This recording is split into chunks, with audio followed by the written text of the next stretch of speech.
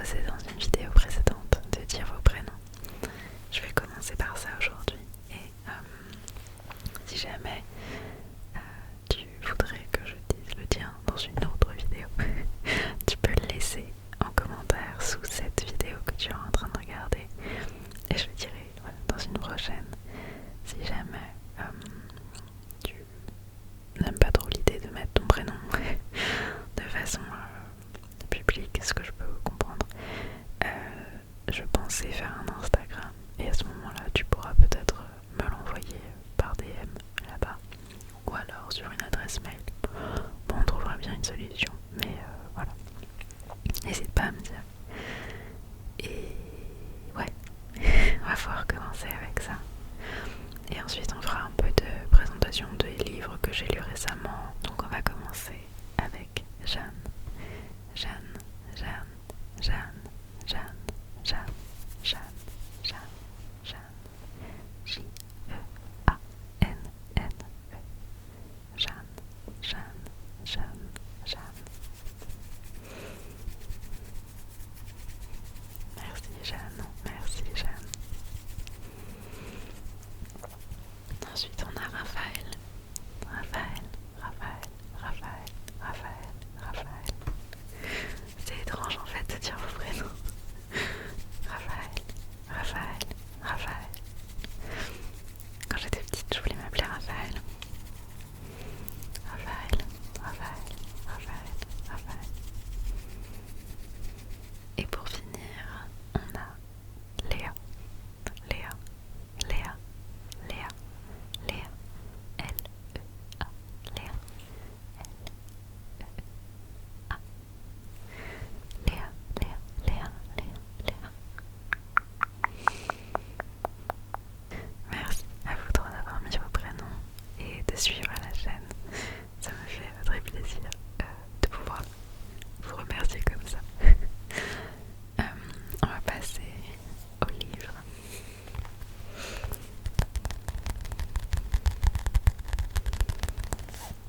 Avec, en premier, Monsieur Ibrahim et les fleurs du Coran, qui est un livre de Eric Emmanuel Schmitt.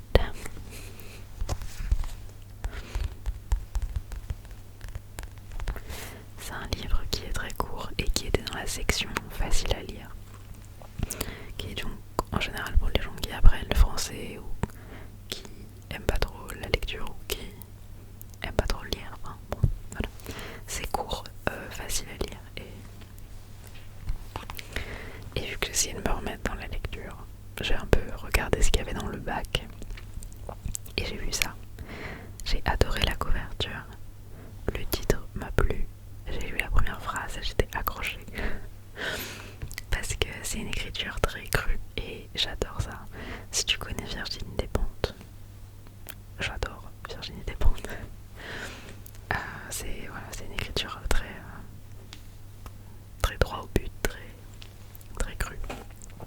Et je ne vais pas pouvoir lire la première phrase, mais elle est voilà, elle dit les choses et mais la suite je peux te lire à partir de la deuxième phrase. Tu verras un peu le mood. Donc il parle de sa tirelire de quand il était jeune. Mon cochon, c'était une tirelire en porcelaine vernie, couleur de vomi, avec une fente qui permettait à la pièce d'entrer mais pas de sortir. Mon père l'avait choisie, cette tirelire à sens unique, parce qu'elle correspondait à sa conception de la vie. L'argent est fait pour être gardé, pas dépensé.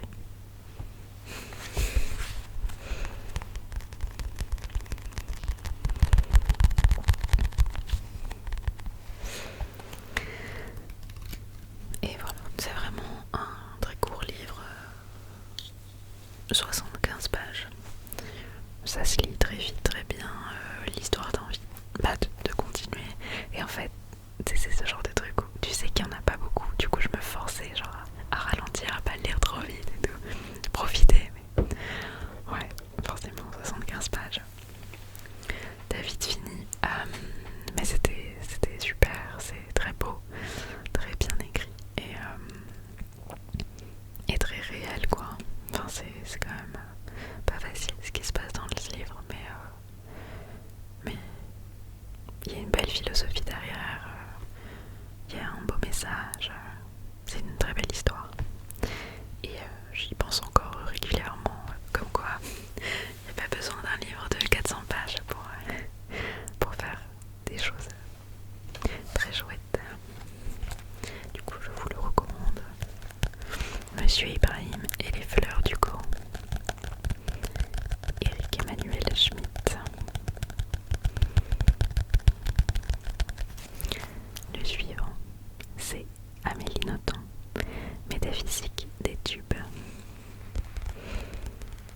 Amélie Nothomb, c'est une autrice qui écrit beaucoup. Elle est très productive. Et on me l'a conseillé parce que je demandais oh, t'aurais pas une idée de livre à lire?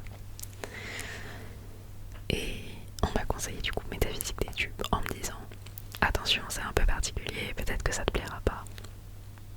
Effectivement, c'est pas que ça me plaît pas. J'ai bien aimé, j'ai aimé le lire, je l'ai fini, tout ça. Mais c'est assez particulier et il faut un peu accrocher quoi.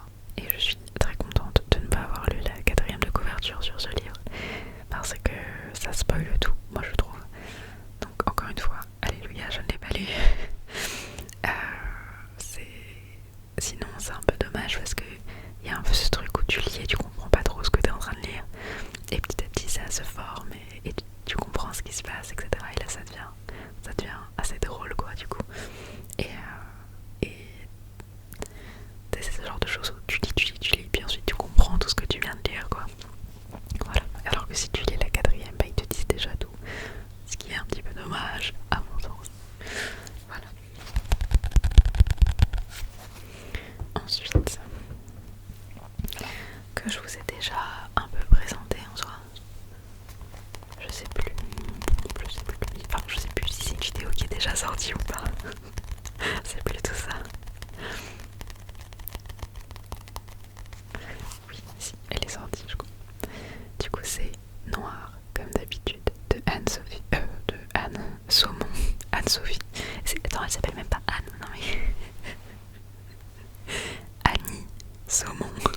Je sais pas, je lui ai inventé une identité. Anne-Sophie Saumon, n'importe quoi. Du coup, c'est un recueil de petites histoires tragiques, drames, horreur. C'est pas horreur, mais qui font un peu peur. Je sais pas, j'ai pas le bon terme là. Ils doivent l'avoir quelque part. Mais j'en ai déjà parlé, donc je vais pas m'étendre plus sur le sujet. Je voulais vous en faire une lecture de une ou deux histoires qu'il y avait dedans au final. Je sais pas si j'aurai le temps parce que je dois rendre les livres. Mais si j'ai le temps, je le ferai. Il y a plein d'histoires, donc en soi t'en trouves forcément une qui te plaira. Il y en a une, je l'ai zappée parce que au bout de une page ou deux, j'accrochais pas, j'ai pu passer à une autre assez facilement, etc. Il y en a que j'ai beaucoup aimé, d'autres qui t'accrochent tout de suite, d'autres qui mettent un peu de temps à se mettre en place, mais elles sont vraiment très courtes en général. Encore une fois, un petit format et des choses courtes pour se remettre à la lecture quand ça fait longtemps ou que bon, c'est pas trop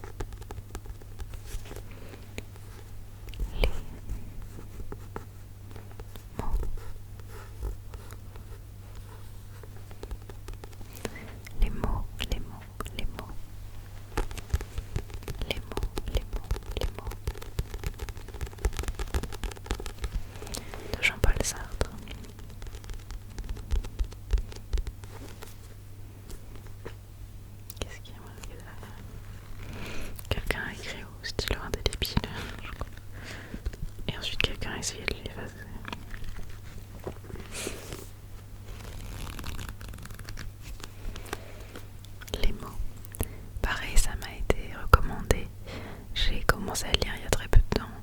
Pour l'instant, ça va. C'est pas... Je sais pas, c'est pas trop mon style de livre, mais c'est assez chouette. J'ai pas mal de livres que j'ai lus, que j'adore aujourd'hui, mais qui ont pris un peu de temps avant que ça fasse sens et que ça résonne, etc. Des fois, il faut juste mettre en place. Ça, pour le coup, je vais en lire un petit peu un bout. Je peux même faire ça parce que des personnes présentes l'ont fait. Et il est plus flexible. En Alsace, aux environs de 1850, un instructeur accablé d'enfants consentit à se faire épicier. Se défroquer voulut une compensation, puisqu'il renonçait à former les esprits. Un de ses fils formerait les hommes. Il y aurait un pasteur dans la famille, ce serait Charles. Charles se déroba, préféra courir les routes sur les traces d'une écuyère. On retourna son portrait contre le mur et fit défense de prononcer son nom. À qui le tour? Auguste se hâta d'imiter le sacrifice paternel. Il entra dans le négoce et s'en trouva bien.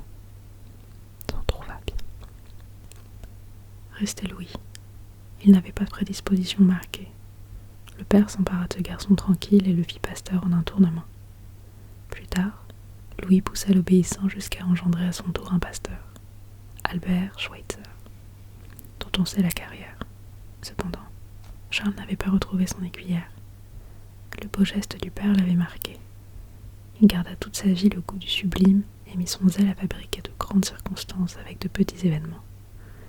Il ne songeait pas, comme on voit, à éluder la vocation familiale. Il souhaitait se vouer à une forme atténuée de spiritualité, à un sacerdoce qui lui permit les écuyères.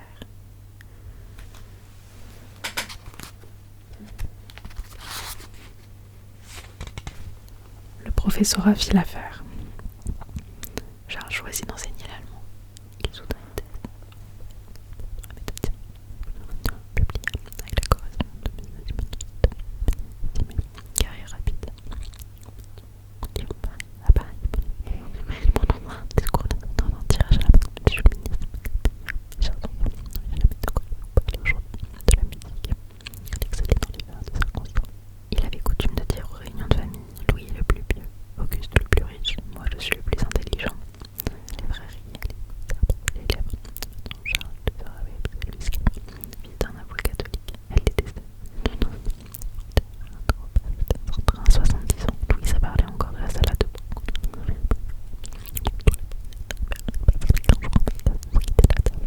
Elle parlait de ses migraines.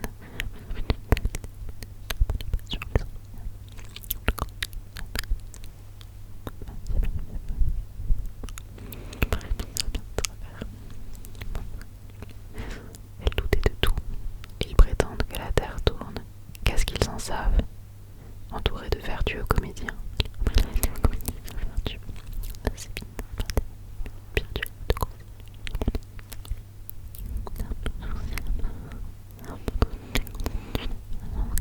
Son aperçu, son orgueil négatif et son idée pour se concentrer sur la seconde.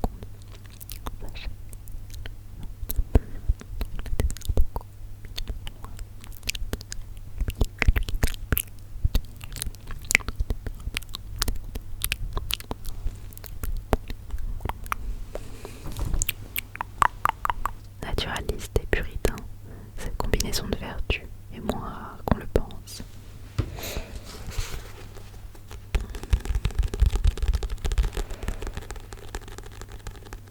Et donc ça, c'était les mots. Donc ça parle d'une famille. Il me semblait que c'était un peu son histoire, mais de retour, je vais investir dès demain dans une micro SD de 64 Go. Comme ça on n'aura pas de problème. J'en ai marre, à chaque fois ça me coupe. Donc pour finir, encore Amélie Nothomb, cette fois avec Frappe-toi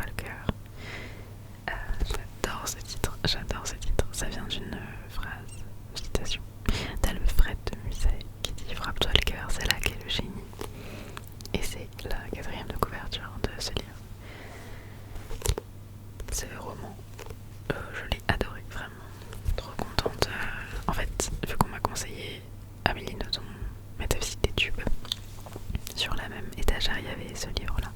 Et le nom, le titre m'a tout de suite frappé, appelé. et ouais, j'ai vraiment adoré pour le coup. Ça parle de la relation entre une mère et sa fille et d'une façon générale ses enfants. Et ensuite du point de vue de la fille, etc. C'est beaucoup sur la psychologie, c'est super intéressant, super bien fait. C'est pas facile à lire, c'est pas une histoire très triste. Ok, l'inverse, c'est pas une histoire très joyeuse, c'est une histoire assez triste. Et pleine d'injustice, mais qui parle de pas mal de sujets de façon un peu peut-être caricaturale parfois, mais ça reste vraiment une très bonne lecture. Et à la fin, on n'a pas le sourire, mais on a vraiment la sensation d'avoir lu un bon roman, et ça fait du bien et ça fait plaisir. Du coup, frappe-toi le cœur. Je vais en faire un peu d'inaudible. C'est parti. Marie aimait son prénom. En banal qu'on ne le croyait, il la comblait. Quand elle disait qu'elle s'appelait Marie, cela produisait son effet. Marie, peut-être, charme.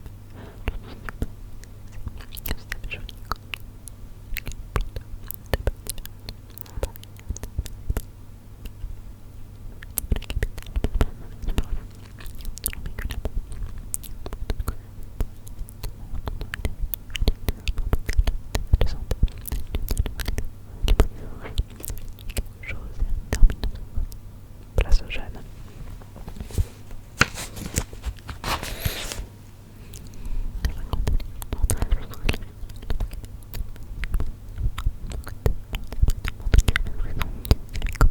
Désormais c'est à moi. Son aîné avait épousé un brave garçon.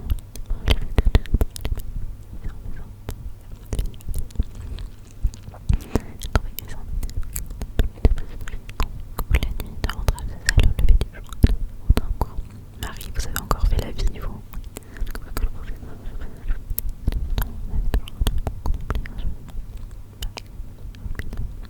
Si on avait dit tranquillement, ne l'aurait pas cru. Le particulier, les apprendre. Donc, presque porté par cet enthousiasme. Le jour 9 promettait des événements dont elle ignorait la nature. Elle chérissait cette impression d'immense. Lorsque les vies du combat dans l'avenir, malgré sa sclavée en son fort intérieur, mariage, enfant, maison, comment vous pouvez le plus forte raison du gentil, drôle, serviable.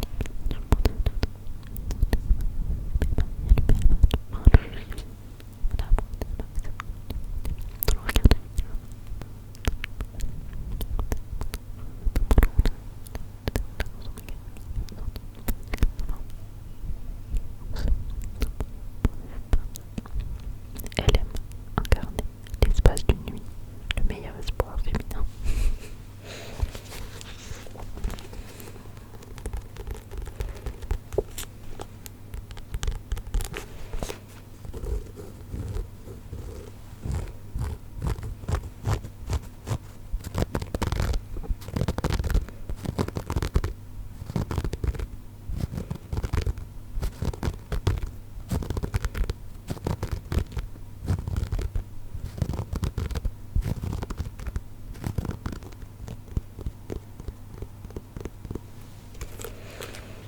Et voilà,